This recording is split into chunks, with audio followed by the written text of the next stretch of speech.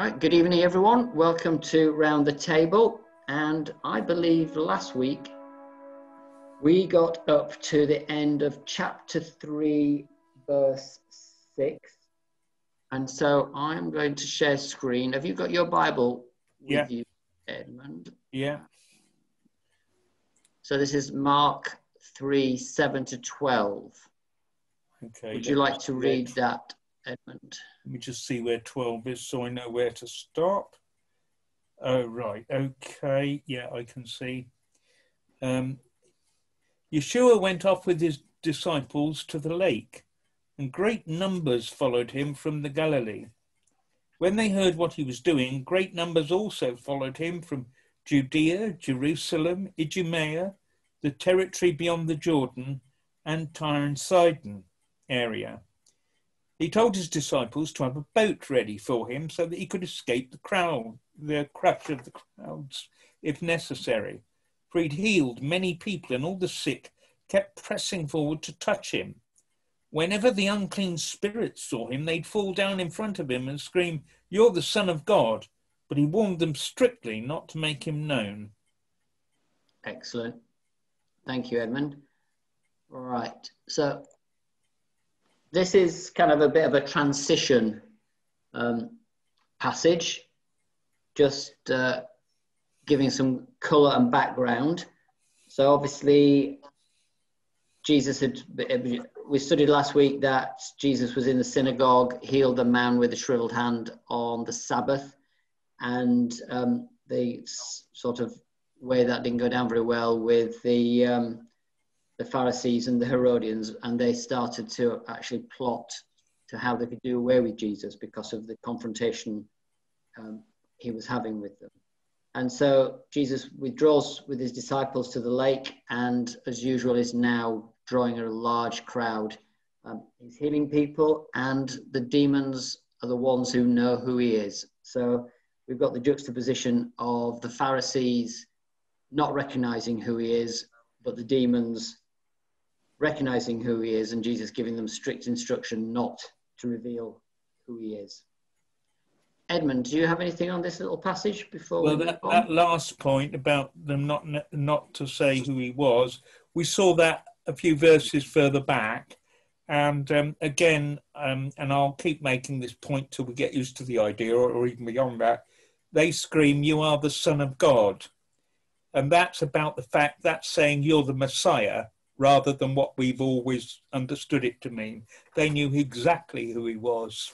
The thing that struck me, I was just saying before we began to Simon that I'd just started again at the beginning of the New Testament. So I was reading Matthew this morning, the beginning of Matthew, just this same area, but Matthew's version, which tends to be very much briefer.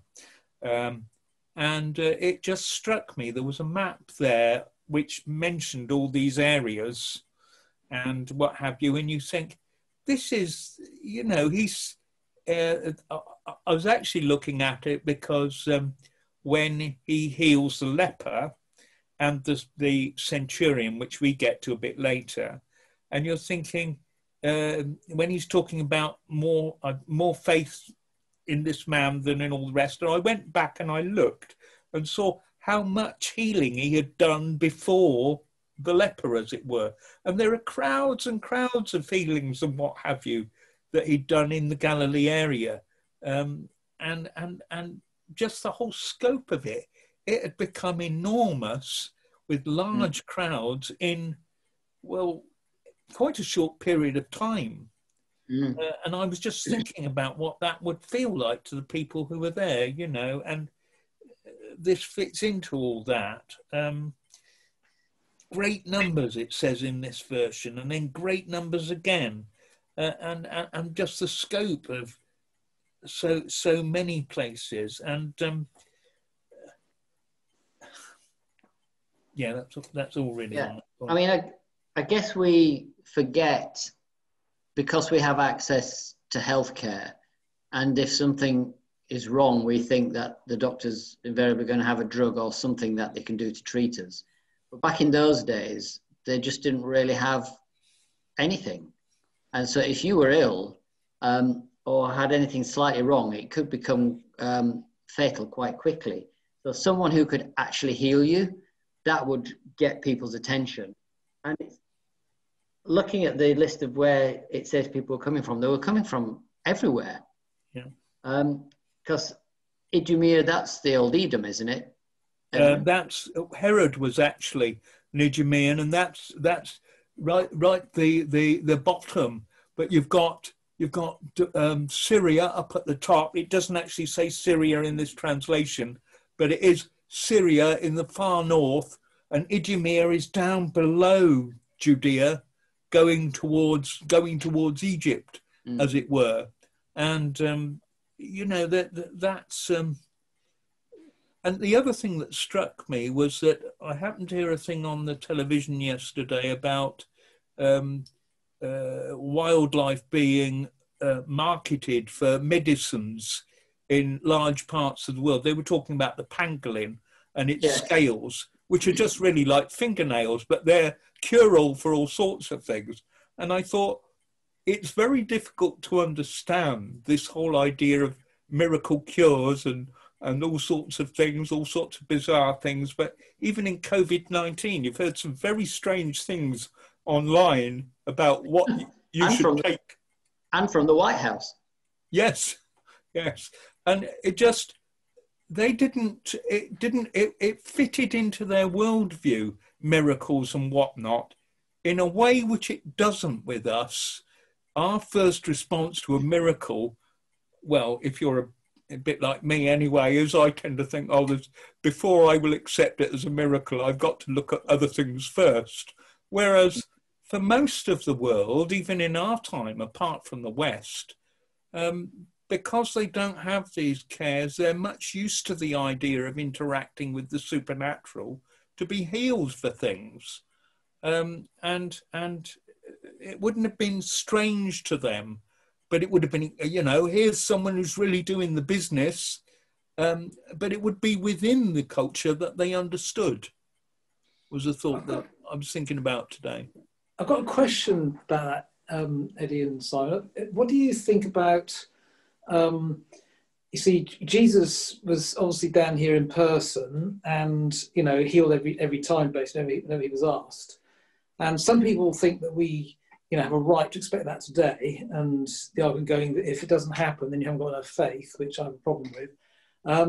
Whereas another position is that, healing is much more rare. It happens. I mean, I've got personal knowledge of various cases, but it's not common, is it? Although, if you think about miracles, they come in two kinds. One is where the rules of nature are broken, such as a healing, somebody hasn't got a leg and it grows again or something like that. The other sort of miracle is the amazing coincidence kind of miracle. Now, the amazing coincidence kind of miracle, that happens all the time. I've heard of so many times people pray. For example, I'll give you one example. My niece, a couple of years ago, got engaged. And the next day she got on the train to go to work, took her a new engagement ring off, put it on the desk on the table on the train to put some hand cream on. Forgot all about it, got off the train, having left a ring on the train, got to work, realised she left it on the train, rang her mum, one of my sisters, who said, we'll pray about this. My niece, interestingly, wasn't a Christian then, isn't now. But anyway, so all that day, my sister was praying that this ring would turn up. At the end of the day, my niece went back from work to the station to get the train home and got to the station. She was slightly ahead of her time. The preceding train to the normal one she would get was actually still there, slightly late. So she made a run for it, got on the train, sat down, looked on the floor, and there was a ring on the floor. Yeah. Okay. Now, that is a miracle, isn't it? But it's what you call an amazing coincidence miracle rather than, the laws of nature being broken. But I've had, so many prayers like that get answered, and we have personal experience. And yet the prayers where you want the laws of nature to be broken, such as the healing, they happen, I know, but they're much rarer. And I wonder if you've got any comments to make about that. There's two types of miracle, if you like, and of course healing being the law of nature being broken one. Yeah, it does say that when Jesus was in his hometown, because of the lack of faith, even he couldn't do many miracles there. Yeah. And so I think, I don't know why, but faith is very important to God. And, you know, because Abraham was saved by faith. And, you know, Paul makes very clear. So for some reason, this belief is very important to God. And he seems to allow the level of faith to impact how much he works. Yeah. Edmund, what are you thinking? I understand where you're coming from with that, but I tend to come at it a little differently. You know, things blossom when the climate is right. And one thing I notice, you'll often hear people say, oh, isn't it interesting? We go over to Heidi Baker's place and we hear about miracles. We don't see so much stuff here. And I've been, it just so happens over recent weeks, I've been, for various reasons, almost like taken back to the days when the Lord got hold of me, when the spiritual climate, I now realise, a lot of what went on was to do with the spiritual climate. God was moving amongst us in the 60s, the end of the 60s, beginning of the 70s, and we saw a lot of miraculous things. And I was thinking, oh, they don't happen now. I must be rather lukewarm or something.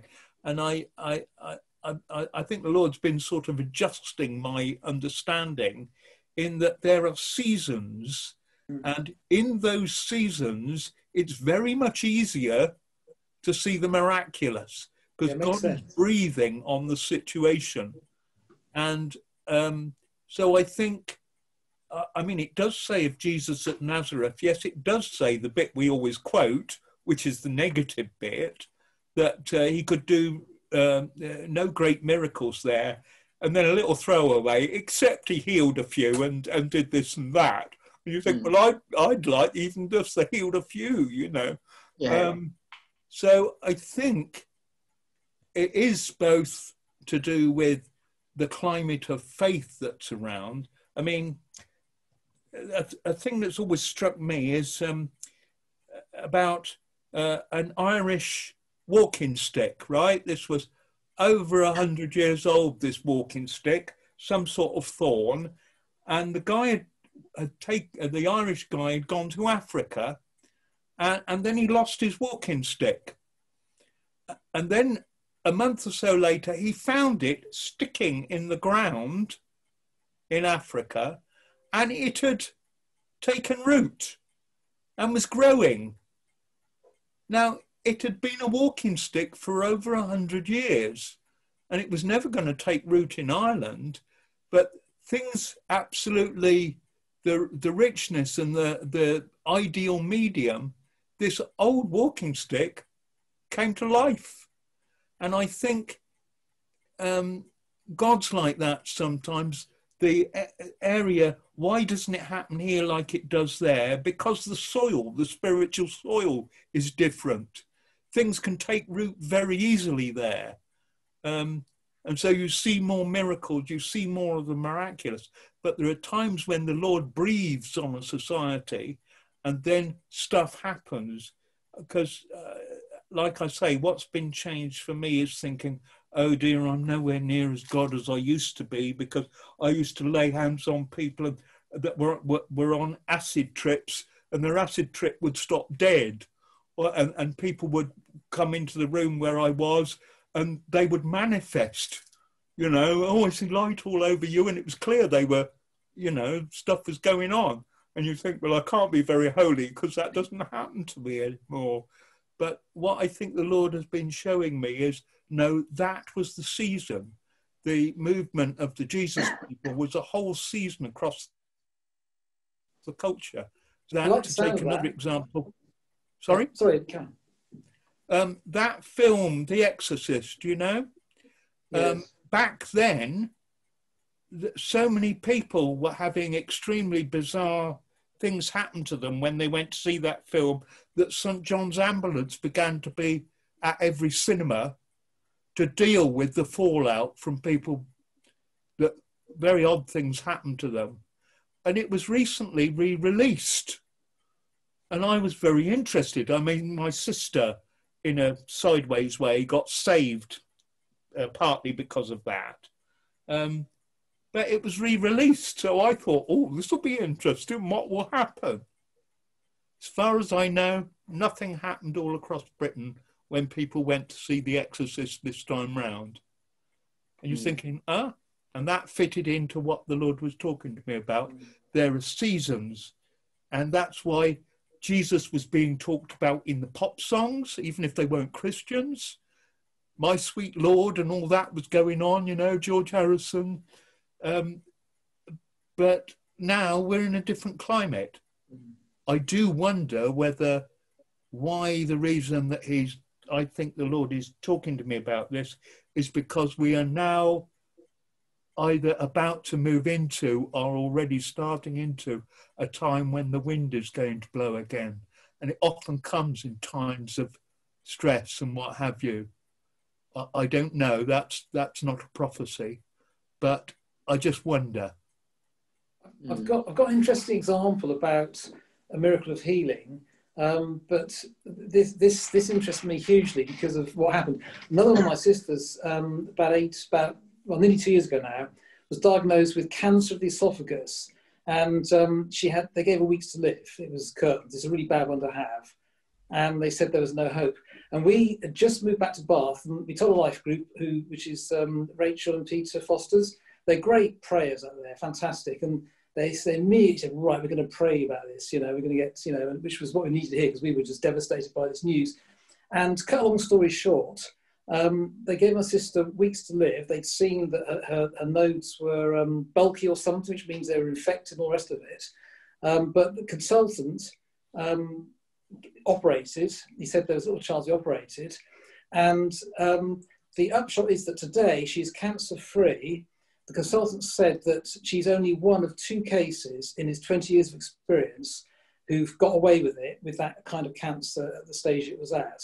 Now that's a miracle, but she was not miraculously healed. The laws of nature weren't broken, and yet they reckon the cancer had been in the system for 18 months, and yet it hadn't actually spread to the point where they couldn't operate. They you know, it was one thing which might have been miraculous was the fact that the endoscopy, when they put the camera down her throat, initially, they said her nodes were bulky, a sure sign that her nodes were infected, which really is curtains.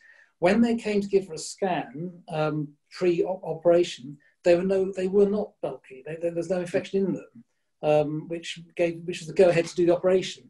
So that maybe was the supernatural. I don't know, but you know, it was interesting because we were hoping and praying for something supernatural, and yet what happened was it was all a case of they got her just in time, and she was, you know, somehow, you know, she got away with it. And the consultant, I think, hardly believed it. He said, in fact, she's such an unusual case that she's been written up in the medical journals. Unusual case, they do that. So that, as far as we can say, is a miracle and a wonderful answer to prayer.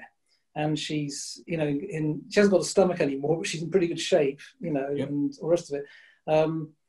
But it wasn't a supernatural miracle, it would appear, and yet God was so, you know, we just had such a sense in our home group and in life group that God was going to do something, that she would survive, and she has, you know, which got me thinking a lot about miracles, almost if God, you know, sometimes I wonder if God will do lots of things except something supernatural. If he can cure by some other way, he will, you know. I wonder if that's because we live in a natural world which obeys natural laws, and you know, maybe that's something to do with it. God is reluctant to break natural laws, perhaps, you know, unless there's a season happening over. And I like the idea of a season. That sounds very sensible. And do you remember the Hilary Garvin? Yes. Yes. I mean, I remember her saying to me one time many years ago, she was relatively new as a Christian, and I was round at her house, and she'd had this really dreadful toothache, you see, and she said to me, oh, this toothache, she said, I kept asking the Lord to heal me. And she looked at me a bit sheepishly and she said, last night I was going to bed and I said, Lord, why haven't you healed me? You heal all these people. And she said, and I don't think she was that used to hearing the Spirit, you know, at that point. And she said, and he said, go to the dentist. Yeah. And she didn't like the dentist, but she went to the dentist and it was sorted. And I think, you know, we I'm very keen on not, oh, this is what these people do, this is what you must do, learn this formula and it'll work. And when I go back to the original, so many times when I listen carefully to the people telling you things out of which a whole model has come, the Lord told them specifically in this case to do this. So I want to say to people, go and listen to what the Lord tells you to do, rather than copying something that Ian Andrews does or something like that. He does it because the Lord told him to do it. Therefore, what you need to do is spend your time listening to the Lord and asking him what he wants you to do. And it may be go to the dentist. Yeah. Yes. Yeah, makes sense. Now, I think also, if you're going back to Heidi Baker, where Heidi Baker works, again, there's an awful lack of medical care and a huge amount of poverty. So there's people are desperate and will call out to God. But at the end of the day, like so many things, it's a mystery. Even, when we read Paul's writings, he said, when he's writing to Timothy, he said that he left Trophimus in Miletus due to illness. Now we know that Paul healed many people, even to the point where the sort of cloth that he wiped the sweat off his forehead when he was working, people would take it and lay it on people and they'd get healed. And yet he had to leave his friend Trophimus behind because he was ill. And the same, Epaphroditus became ill. And Paul says, he was worried he was going to die. And so you've got this mystery, this unknown. Why couldn't Paul, in those two circumstances, heal his friends? But in so many cases, he healed many, many people. So before we move on, any little thing on that, Edmund? Yeah, just to say very obviously for me, you can imagine that once I came to the Lord, and here's a lovely case. We've got a disabled Edmund in front of us. Everybody descended upon me like a, flock of starlings on a tree, And at different times, we've gone through different stages as we were learning about what we thought it was all about. And therefore, Edmund, you need to increase your faith and all that sort of stuff. And you can imagine it was quite a difficult journey trying to cope, especially at Bible weeks. I really had a searchlight on me then. But understanding that, I know God heals, and I haven't got any questions about that. I'm often startled on the occasions when, I've prayed for somebody and they've got healed. But I always remember John Wimber talking about the famous occasion when he came to Holy Trinity Brompton the first time round, and that's where everything exploded for the Vineyard people. And he'd got this team of people praying because he tended to stand to the side and let the team pray because he didn't want it all focusing on John Wimber. And in his team, there was a lady with MS in a wheelchair. And he would just usher people up to the stage and they'd go in order along the line. And all of us, as it turned out, he was watching from the side, and this lady with MS, English lady, happened to be in line for the lady with MS on the healing team. And so she laid her rather curled up hands on this lady in the wheelchair, and the lady was healed. And the church went wild because they'd known this lady over years, everybody knew her. And he said, in the middle of all this noise and what have you, this excitement, he looked over at the lady who had prayed for, who also had MS in a wheelchair, and she was just looking up at the Lord rather ruefully and doing that. What about me, Lord? And that broke a thing in me about, I can't possibly pray for people to be healed, because they'll say, well, that's ridiculous. You know, it's not. It's just walk the walk, and if he says you do it, you do it, you know. Yeah, I tend to be astonished every time it happens, and I think, really? I can hardly believe that it's happened. I suppose that's what God's looking for, isn't it? Obedience and having a relationship where we're close enough to him that we can hear him. And when we're in that position where we've positioned ourselves close enough and quiet enough that we can hear him, and then having heard him, being obedient to what we've heard. And that's what he's really looking for, that increase in relationship. I think that's following what Jesus used to do. He would look to see what the Father was doing, and whatever he was doing, Jesus stepped into that. And I think that's the key. Yes. That was exactly the point I was going to make. For me, it's one of the central things that I yearn for. The central thing is, Lord, that I can see what you're doing and then follow it, no matter what it is, whether it fits my agenda or what I thought I was going to do. And I always want to be better at that, because Jesus only did what he saw the Father doing. And then, of course, everything he did worked. Yes. Yes. Right, Edmund, should we move on to 13 to 19? Let me just get that up. 13 to 19, right. Not 20? No, I've got, 19. I'm just going by what the NIV does. Sentence. Oh, have I got the wrong number? Oh, sorry, I've again, my reading these numbers is different. Okay, I've got you. Okay. Then he went up into the hill country and summoned to himself those he wanted, and they came to him. He appointed 12 to be with him, to be sent out to preach, and to have authority to expel demons. Simon, to whom he gave the name Kepha,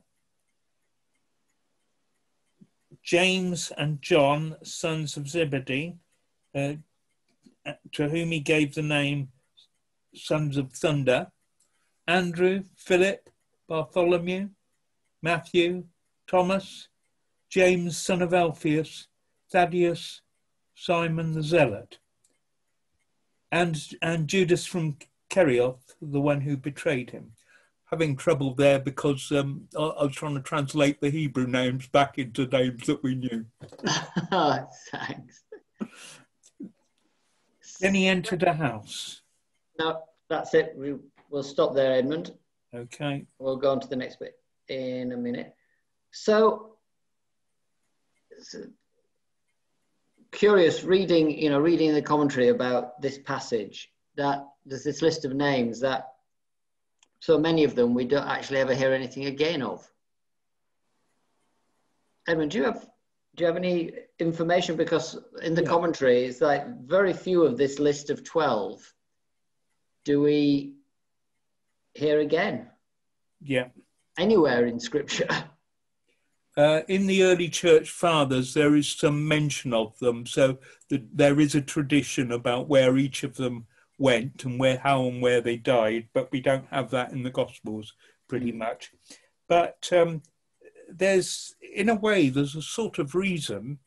When you'd got a rabbi who was different from all these other rabbis at another level that I think I've mentioned before, very few of the rabbis actually got a group of disciples like this. It doesn't happen very often. You're rather a special rabbi if you have a group of disciples attached to you. And this is a classic thing. The names escape me just for a second for what you call this group. But that's what he's forming. And they were set up in very particular ways. We often talk about Peter as being the loudmouth one because he's always talking. But that, if you were a Jewish student reading this, you immediately smile and nod because you understand exactly what's going on. Always in this group, begins with H, but the word has escaped me for the moment.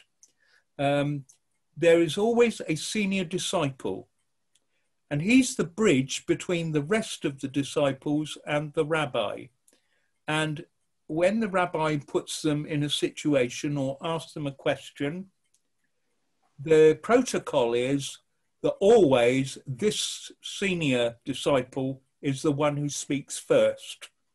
Then the others can. And if there's something that, if that senior disciple, he will go over to the rabbi and say, Rabbi, you know you were talking about the kingdom of heaven a couple of days ago. Well, the guys still haven't quite got it. I think you may need to add a little more in there. He's the bridge man between the two, so that when he tries to tell Jesus, oh, no, this shouldn't happen to you, Lord, it says in one of the Gospels that Jesus turns round and looks at the other disciples because Peter is now being a bad example. You're trying to stop me doing what I should be doing. You should be standing behind me, following me, which is how that's often interpreted. I heard that interpretation out of Hebrew University, which is interesting because they're all, so they say, oh yeah, he's telling him off because he's got above himself trying to tell the rabbi what to do. Now, you know, we can have other interpretations of that, but I think that's interesting.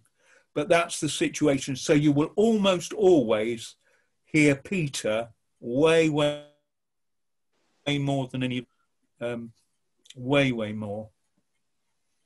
A little bit, you'll hear some from James and John who were in that Haburah, that's the name of the group, a Haburah.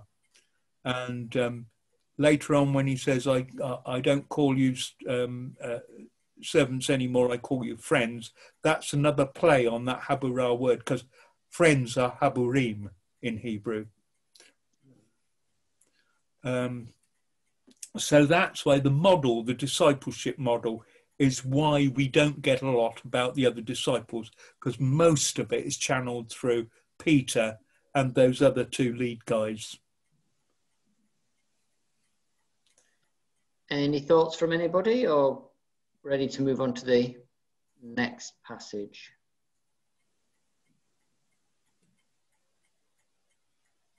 Yep. Excellent. Okay. Let me get this up for you. So this is a bigger passage. This is going from 20 through to 34. Okay. So that's almost to the end of the chapter. Not quite.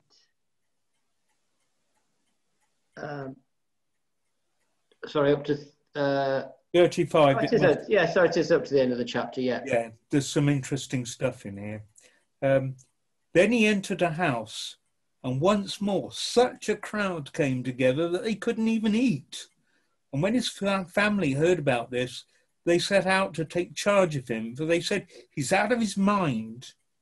The Torah teachers, we would say scribes, who came down from Jerusalem, said, he has Beelzebub in him, and it's by the rulers of demons that he expels the demons. But he called them and spoke to them in parables. How can Satan expel Satan? If a kingdom's divided against itself, that kingdom can't survive. And if a household is divided against itself, that household can't survive. So if Satan's rebelled against himself and is divided, he can't survive either, and that's the end of him. Furthermore, no one can break into a strong man's house and make off with his possessions unless he first ties up the strong man. After that, he can ransack his house. Yes, I tell you, people will be forgiven all sins and whatever blasphemies they utter. However, someone who blasphemes against the Holy Spirit never has forgiveness, but is guilty of an eternal sin, for they'd been saying he has an unclean spirit in him. Then his mother and his brothers arrived. Standing outside, they sent a message asking for him. A crowd was sitting around him, and they said to him, "Your mother and your brothers are outside asking for you." He replied, "Who are my mothers and my brothers?" Looking at those seated in a circle around him, he said, "See, here are my mother and my brothers. Whoever does what God wants is my brother, sister, and mother." Thank you, Edmund. So quite interesting passage, because you've got the story about Jesus's family, either sort of bookending the part about the Pharisees questioning where he gets his power from. Edmund, what do you? There is a lot in this, but you. Yeah, there is. Go on then. You share with us, my friend. Okay. The challenge from we'll get to the family afterwards, all right? And because I've got something that might surprise people in that. Particularly when it comes to dealing with demons, they were familiar with exorcists in the culture, but you'll find if you look in various of the Gospels at different points, this mention of Beelzebub and the rule of demons and all that tends to crop up when they're used to a whole lot of things he does, but this is less common. And people are responding, particularly later on when he deals with a deaf and dumb spirit, that in the popular understanding that was one of the signs. Anybody that could do that was the Messiah. That's one of the ways you would recognize the Messiah, is the way he would deal with demons. And we're told that Jesus didn't do it the way they were used to. He just commanded. That's not what was supposed to happen. So this guy is different. And it's at that point when there's a suggestion that they're thinking, although it isn't stated, we think this might be the Messiah because you're doing these things.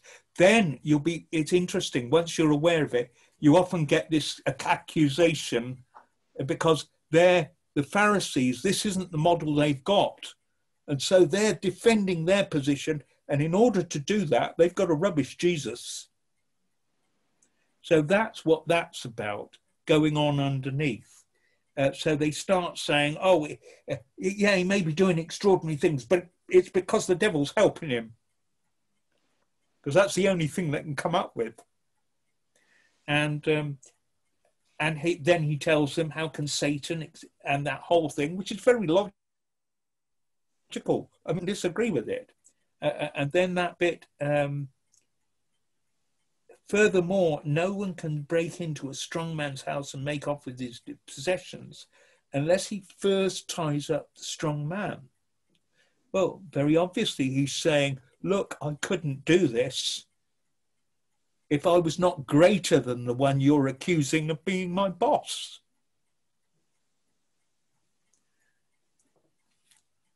After that, he can ransack the house. And then there's this warning. At least that's how I read it, because on the surface, it's a bit of a jump, and you're thinking, what's he linking it to? For I tell you that people will be forgiven all sins and whatever blasphemies they utter. However, someone who blasphemes against the Hebrew word they use for the Holy Spirit, Ruach HaKodesh, the Spirit of the Holy Spirit, never has forgiveness but is guilty of an eternal sin. And people, you know, if you're pastoral, you're inevitably going to come across people who are terribly worried because they think they may have committed the unforgivable sin. And you see different people explaining that and dealing with that in different ways. I just came across something recently which I'd not seen before, which actually I don't remember too well. So until it really takes root in me, I can't take it there. But I think it's relating to, most people will say it's relating to the fact that if you are seeing something which is clearly a positive thing and it's supernatural, and you persistently refuse and say, no, that's demonic.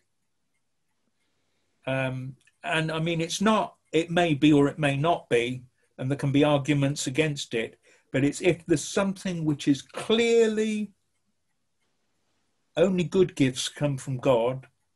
So it's not something like, say, for instance, Ananias and Sapphira sort of thing. It's something which is uplifting, affirmative, positive, and yet you refuse to see the good of God and you say, oh, this is demonic.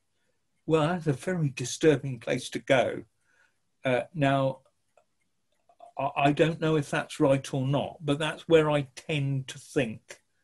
But I have seen it suggested that it's never quite put out definitely, because it's not an area we're supposed to delve around in. And people who start to say, oh, this is the unforgivable sin, I don't want to be definite about that. God is the one who knows all things, and he knows the heart of people. And it's certainly not for me to load that on to anybody. I wouldn't dare touch that with the tips of my fingers, to be honest. Yeah, the commentator said that the scribes were familiar with the concept of the profanation of the name, and they considered blasphemy no less seriously than Jesus did, because the scribes had a saying, the Holy One, blessed be he, pardons everything else, but on the profanation of the name, he takes vengeance immediately. So Jesus is here reminding them that actually what they're suggesting was they were profaning the name. And interestingly, the beginning of verse 28, where he says, I tell you the truth, that's amen, I say to you. And that's the first time that Mark uses this phrase, but he uses it 13 times going forward as an introduction to Jesus saying something. Amen, I say to you. So this is the truth. Yes. And it always prefaces something which is absolutely fundamental and very important. This is a key statement of Jesus. Yeah. So it's not just I tell you the truth, it's you guys had better listen. And I would imagine the scribes would recognize that formula as meaning that, wouldn't they? Yes. Yes, I would imagine some of them are looking a bit sheepish after he said that, because they get it. You can get carried away in saying things if you're caught up in a debate. And I think he just pulled them up short and say, watch it. Yeah. And so how do you tie the family around that, Edmund? If I just treat it as a separate thing, and then you can say where you're coming from on it, okay? Because I think there's something that I think we misunderstand in this thing. Mm-hmm. We tend to read this bit, his mother and his brothers, who are my mother and my brothers. Our default tradition is to say this is the same as saying the call of God has to be trumps, the normal family relations thing, right? Whereas I think we're missing a point here. If I go back to the beginning and then join the two bits together, then he entered a house, and once more a crowd came together, and they couldn't even eat. When his family heard about this, they set out to take charge of him, but they said, he's out of his mind. Now, bear in mind, who's in this group? Mary is in this group. Mary is not sure whether he's doing a wise thing. Yeah, you listen to your mum. The boys aren't going to go off and do it by themselves. You listen to your mum. I'm a bit worried about my boy. Maybe we ought to see and check the whole thing out, you know? They said to take charge of him and they said he's out of his mind. We're worrying about him. And remember, there's a point in one of the Gospels, I think it's on either Luke or John, where his brothers say to him, aren't you going up to Jerusalem? Nobody wants to be known, you know, they always go up to Jerusalem. And it says that the brothers at that point didn't believe in him. Mm. Yeah, they're looking at it from a very worldly point of view. So you've got brothers who are not at all sure what he's about. And I think his mother's worrying as well. I think this isn't a sort of dreadful people they were trying to stop him. No, they're worried. And then you pick up, then his mother and his brothers arrived. Standing outside, they sent a message asking for him.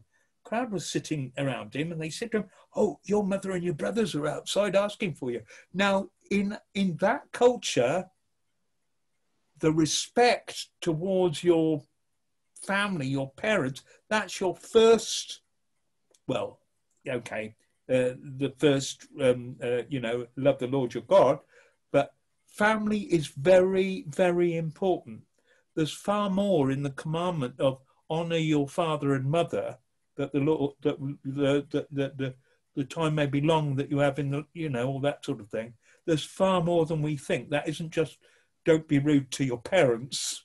There's far more than we understand. And it's a bit, unwrapping that is a bit nerve-wracking in our culture because we're not keeping that one in general because the cultural thing doesn't work properly. But they say, oh, they've come. In other words, this is time to break off and go to them. And then Jesus says, who are my mother and my brothers? For he doesn't say it, but for whom I have to, you know, this is the first most important thing that I have to, this is this little group, my mother and my family. And they have a serious claim upon me. And as a good Jewish guy, they are my responsibility. Jesus isn't saying that I'm now changing it to this group. What he's doing is what he always does. He opens the thing out. And he said, that little circle, anyone who does what God comes into the same relationship with me as the rest of my family. You are all, I have the same obligations to you as my family. We belong together in exactly the same way. Anybody that is my disciple, that does what God wants, comes into this inner group as if you were all part of one family. He's extending the family group. He's not saying either or. Does that make sense? Mm-hmm. There is another place where he talks about family, and it's worded slightly differently, and it's in a slightly different context. So I think the old traditional notion of, you know, God, if there's a thing, there is a, you know, laying aside things we might, that I think that's valid as well. But I think in this occasion, what he's doing is saying, it's not just this little family circle, but I will have obligations and commitment to everyone at the level that you think just for the family. Excellent. Yeah, that's more or less where I was going to go, Edmund. So okay. Any questions? Any comments? No. Going once, going twice. Phil coming in right on the, just as I'm about to... Yes, just before the bell goes. I was just wondering what exactly that they were so concerned about that they were coming to take charge of him. Interesting. It was a question, really, not so much a comment, but... Yeah. Interestingly, the phrase when his family heard about this, they went to take charge of him, for they said he's out of his mind. Remember back when we were studying 2 Corinthians 5 and 6, and Paul says, if I was out of my mind, it was for God, and if I was in my mind, it was in my right mind, it was for you. That out of his mind, it's the same word, out of his mind, and it means kind of like in an ecstatic religious state. So it could be that they just thought he's getting so caught up in this, we need to just go and calm him down a bit. I don't know. Edmund? For that, what's the phrase? What does it use in this one? I think it's slightly different. Out of, what did you say, Simon? Say it again, because it's not here. They said he's out of his mind. Yeah, out of his mind. The 2 phrases that came to me when I was thinking about it was, we talk about someone who's being out of it, don't we? The way being always out of it. Or he's beside himself, which is quite literally, there's a thing in the Greek of you standing beside yourself. So that someone absolutely beside themselves and out of it fits the sense very well. And, you know, with all this going on, you're thinking, what on earth's happening? You know, I think they're just worried. Yeah.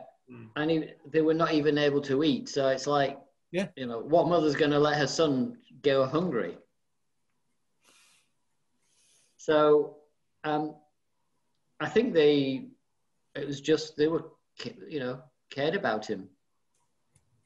Yeah, and you've got some people saying, oh, isn't he wonderful? And other people saying, no, he's, you know, we get that in other parts of the gospel. Some people, you know, when they went up to Jerusalem, and some people were saying, oh, no, he's deceiving the people. You know, there's all this stuff flying around, and Mum is worrying. There's her boy in the middle of it.